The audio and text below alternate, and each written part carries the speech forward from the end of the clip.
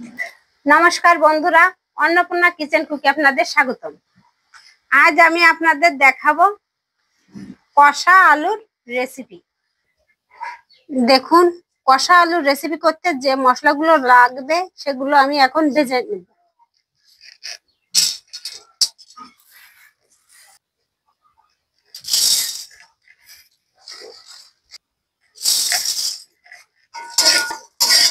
এগুলো ভালো করে ভেজে নেব। আমার ভাজা হয়ে গেছে, এবার আমি এগুলো গুঁড়ো করে রেখে দেব। এবার আমি কড়াইতে সাদা তেল দিয়ে দেব। আলুগুলো প্রথমে আমি ভাজি করে নেব।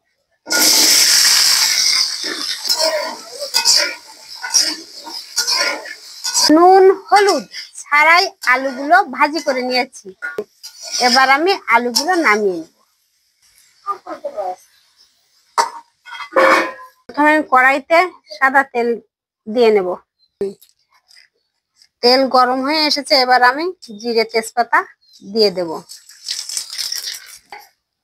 দুটো শুকনো মরিচ দিয়ে দেব। এবার আমি তেজবাটাটা দিয়ে দেব। শুকনো লঙ্কা বাটাটা দিয়ে দেব। এবার আমি আদা দিয়ে দেব। এবার টমেটো কুচি দিয়ে দেব।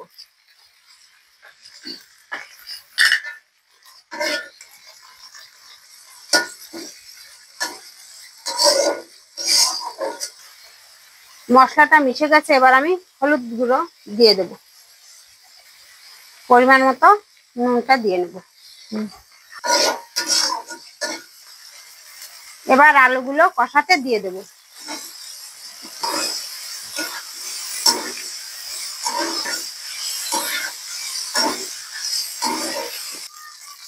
পরিমাণ মতো জল দিয়ে দেব।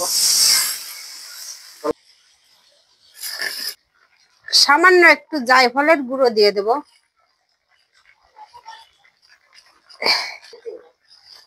জায়ফলটা দিলে কষানো আলুতে টেস্ট আসে এবং একটা সুন্দর সেন্ট বেরোয়।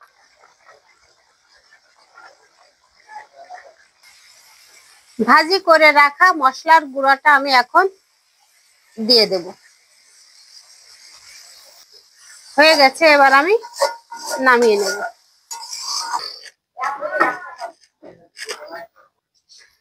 এবার গুঁড়ো করে রাখা মশলাটা আমি দিয়ে দেব।